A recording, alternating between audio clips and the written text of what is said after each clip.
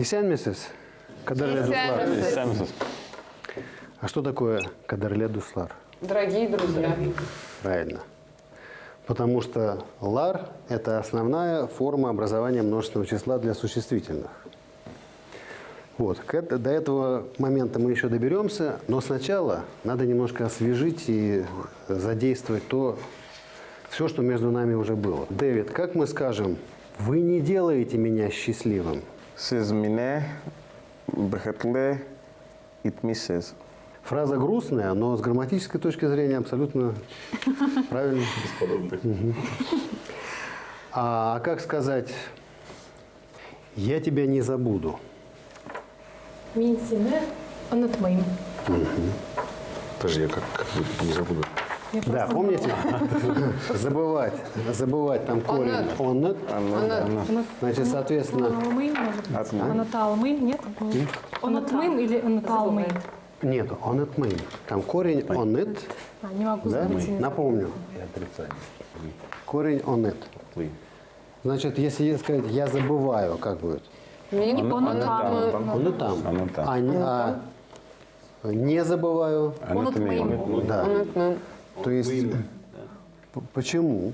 Потому что отрицательная форма, она одинаковая для всех вариантов в твердом исполнении. Оннетмын. Мин онатмый. Вот эта форма. Элемент, который позволяет нам для твердых глаголов отрицательную форму ввести. Положительная форма анатам. Али анатым. Он и там, да, он и там. Почему? Потому что повелительная форма он и забудь. Ты не пишешь син, а я язмыс сыз. Нет, а где здесь отрицательная вот эта частица? Язмы. Мой. Значит, Язмым. Язмысın. да, Язмысın. язмысын. Да. Корень не пишешь. Корень здесь яс. Яз. Ты не пишешь, значит, наверное, что-то в конце должно быть вот такое. Язмысын. Чтобы это стало отрицательной формой, что мы между этими частями ставим? Мой. А есть еще вот такой замечательный глагол Ашарга. ашарга. Что он означает? Есть. А как сказать? Да, кушать в смысле, да. А как сказать? Ешь. Оша. Аша. А, вот этот глагол почему-то именно в повелительном варианте все знают. Значит, если мы слышали, вот, допустим, мы просто слышали только эту форму, оша, ешь, значит, какой вы можете сделать вывод? Как спрягается? Я ем. Ашин. Ашим. Ашамы. Ну, если я не ем, да. Такое тоже бывает. Минаша. А как сказать, он не ест? У ошамый. Да. Не ест. Где-то шурикулар здесь рядом. А как еще раз? Я ем мин ошим. Ошим. Или ошам. Помните, если у нас на гласную заканчивается повелительная форма, то что это? О чем говорит? Это говорит, что на гласную заканчивается. Да. Значит, форма спряжения мин Ашим. ошим. Да. Ну, помните вот это вот? Оши. Ошим. Да. Мне кажется, сейчас видно, как у Сереги у меня мозг шевелится. Сереж, нам, по-моему, только двоим так сложно. Значит, сейчас мы с вами составим такую фразу, которая позволит вам никогда не забыть вот эту форму. Как мы скажем по-татарски? Кто не работает, тот не ест. Ким ошамый. Нет, никто не ест. Ким ишлемий. Значит, слово «кто» – это «кем». А как сказать «не работает»? Ишлемий. Да, значит, это у нас «эшля», отрицательная форма «он», «эшля», «ми». Эшли мы. Кто? Нет, это мягкое. Это мягкие. эшлеми. Поэтому эшлеми. Ул, или есть такое еще слово шул, тот. Кем эшлеми, шул, Ошам. кем эшлеми, шул, ошамы. Вот такие фразы надо сразу прямо в подсознание загонять. И не потому, что вы согласны с этим или не согласны. Просто хороший грамматический пример. Вы помните, мы говорили, что окончание в твердом варианте «на», в мягком варианте «не» – это свидетельство чего? Что это объект. Ну вот вы помните без «не», «нас», «сес», «не», а «олар» – «они». Их как будет? Их? Да, их. Кого Оларны. их? Оларны. Оларны. Оларны. Да, вот это. Это относится и к существительным. Просто местоимение – это частный случай, где это правило проявляется. Посмотрим еще, попробуем одну составить пословицу. Слово «человек» – кеше. А как сказать «человека»? Кого? Человека. Кешне. Кеше. Кашана. Да, кого? Его.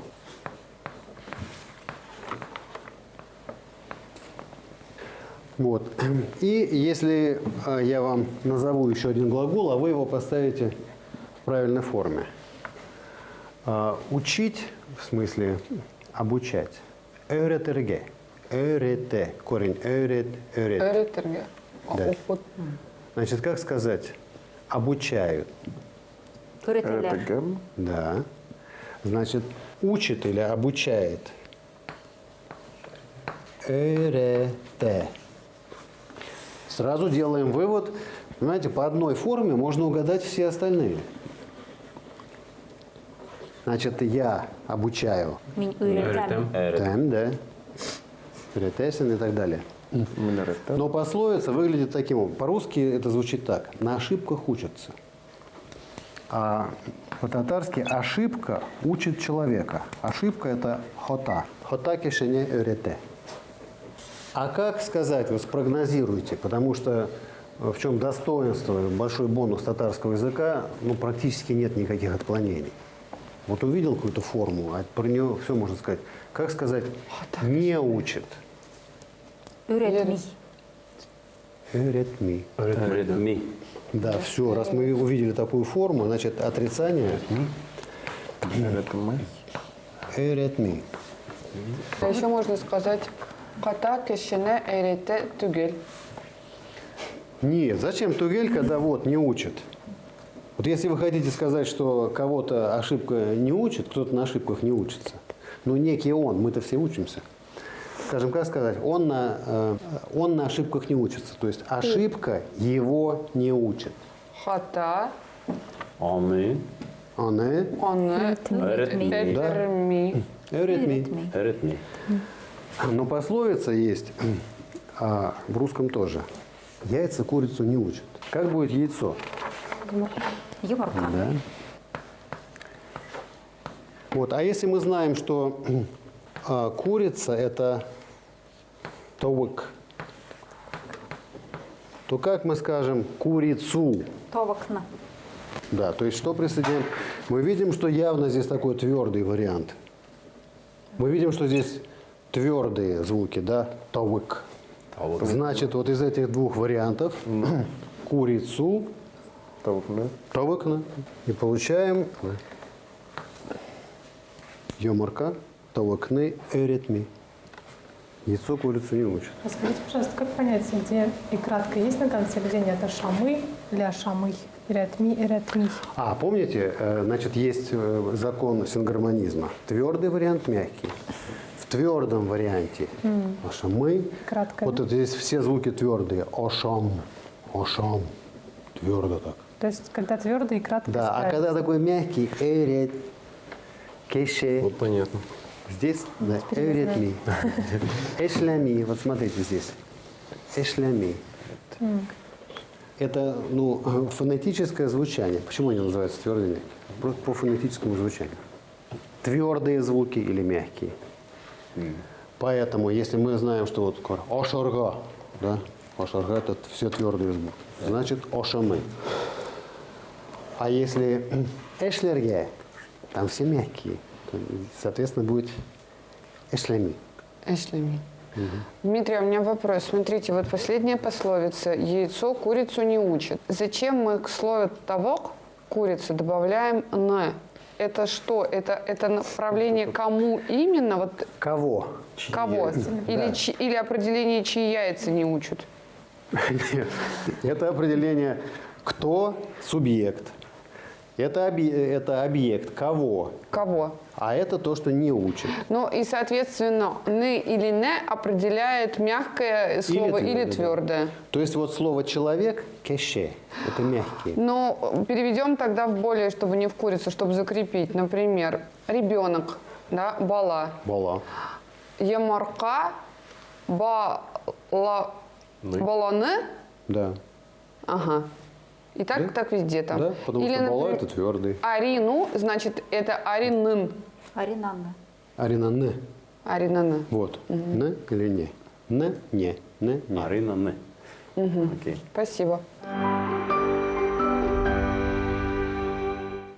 Хочу еще раз проиллюстрировать мысль о том, что по одной форме, вот в русском языке это невозможно. В русском языке там назовешь какую-нибудь форму «шел», все. Какая-то неопределенная форма «идти». Где шел и где идти. А здесь все вот взял. Вот смотрите, если я сейчас напишу татарский глагол в повелительной форме единственного числа, а вы попробуйте развернуть все остальные формы на основе того, что я написал. Вот как он выглядит. Я только по Юрга. на коме знаю, что это означает в языке. И что же это на коме? Выпьем. Так. Ю. Ну, это тоже о жидкости, но немножко в другом варианте. Ю значит мой, в смысле вымой. Ну, у кого есть версии, как этот глагол можно проспрягать? Юрга. Мыть юрга. Один звук ю. Юрга. Юрга или юрга. Нет, давайте его спрягать. Значит, во-первых, как вам кажется, если я скажу ю, это твердо или мягко? Наверное, мягко. Да. Нет, Ты ну, конечно, это мой. смотря как я скажу, а если я скажу ю, Фаворитная. Ну да. на повелительное. Мой, вымой. Мой не в смысле ты мой, а ты мой. Женой, Не-не, это твердый. Юам. Мин юам. Гениально. Нет, а все-таки в русском языке же ю это вроде мягкое гласное. В русском много чего. Русский учил. Вот здесь и как? И В русском- она мягкая. В Юрга. русском сингармонизма нет. Юрга, значит. Ну, Это, нет, это на самом деле. Дело в чем, что буква-то одна, Я мою. но звуков здесь два. Вообще говорит жу. То есть, если бы в кириллице не было специальной буквы, мы бы писали это вот так. Это просто Кирилл и Мефодий, хитрые, придумали вот такую специальную букву. Так вот, значит, Арина вышла на гениальное решение. Как воспрягается этот глагол? Я мою, ты моешь и так далее. Ну, так же, как Ну-ка. мин юам, син юасн, у юа, без юабес, сез юас, сез алар юаллар. Гениально. Откуда там буква А взялась после ю? Добавляется. А потому что, смотрите, Кирилл, вот у нас онет, да? Что мы прибавляем к онет? Пам. Все по правилу. Это в случае твердости. Это в случае А твердости. можно слово танцевать по-татарски? Я вот голову Жирге. себе ломаю. Значит, смотрите. Итак, Минбиим. это твердое, да? Значит, а как мы образуем от него отрицательную форму? Я не мою, ты не моешь. Юмый. Нет. Я не мою. Юмый. Мин Да. То есть я напишу только по одной форме. Юам. Дэвид, понятно, откуда это взялось? Да. Все, к корню мы прибавляем вот то самое ам. И к корню мы прибавляем в отрицательной форме тот самый элемент мы. Вопрос пока не прошли вот это. А как будет вот сам глагол мыть? Чисто мыть. Юарга. Юарга, правильно. Вы имеете в виду неопределенную форму? Да, неопределенную Неопределенную форму. Юарга. Окей, правильно. Тоже, да, по правилу, когда мы видим вот такое. Это просто, я привел это как экстремальный случай того, что по одной букве, но эта буква в данном случае представляет корень слова, мы можем вывести, расшифровать все, что вокруг него находится. И это такой большой бонус при изучении татарского языка, что вроде форм много разных, но зато есть четко можно спрогнозировать, что в каком месте у этого слова вырастет. Чтобы проиллюстрировать, во-первых, этот глагол, а во-вторых, эту форму окончания винительного падежа, то есть каким образом объект работает, концепция объекта. Вот если я вам напишу одно слово, а вы допишете, чтобы получилась целая пословица. Твердая. Кул – это что означает? Рука. А как сказать? Рука руку моет. Кул, кулна, юа. На юа. Да? Да?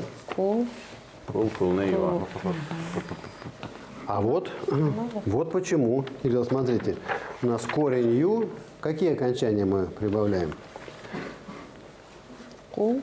Улме. Ам, асан, абыс, Просто А может быть?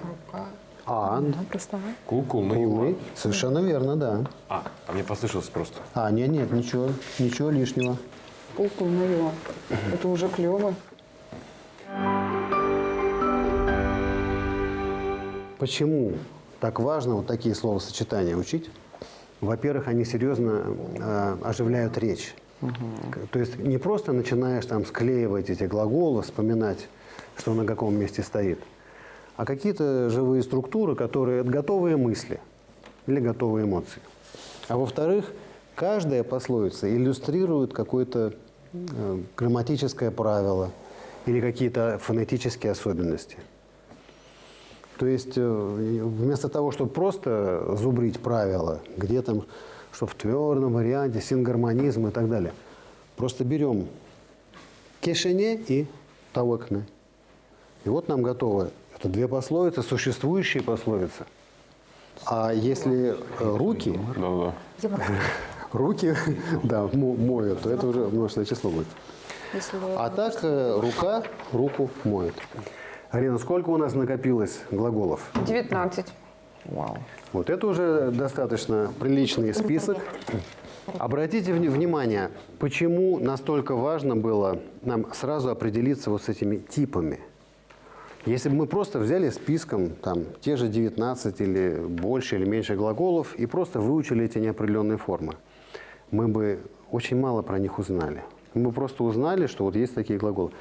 Но для того, чтобы мы могли с ним образовывать огромное количество разных комбинаций, а именно комбинации учат нас чувствовать это механизм, каким образом язык работает, мы получили возможность, вот на примере ю, овладеть этим механизмом, как раскрутить все, что там есть. И это только начало, потому что, конечно, есть и другие формы, которыми мы будем заниматься.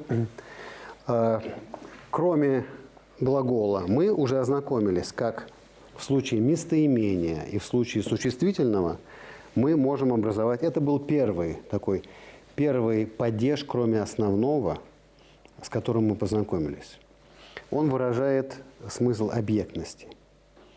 Начали мы с местоимений, да, мине, сине, оне и так далее. И увидели, что этот же принцип отражается и в существительных. И он, кроме того, иллюстрирует вот эту двойственность, вызванную фонетическим законом сингармонизма. Что мы сразу угадываем, твердый вариант или мягкий. И в глаголах то же самое. Твердый вариант или мягкий. И, собственно, это то, что не требует знания очень большого количества слов. Потому что каждый из этих глаголов в сочетании с местоимениями дает нам огромное количество комбинаций. И я очень рекомендую время от времени находить пару минут, чтобы парочку глаголов проспрягать. Это будет очень способствовать не просто усвоению этого правила, а выводу этих механизмов на автоматический уровень, к чему мы и стремимся. Все только начинается, а сегодня сау булыгыс. Сау булыгыс.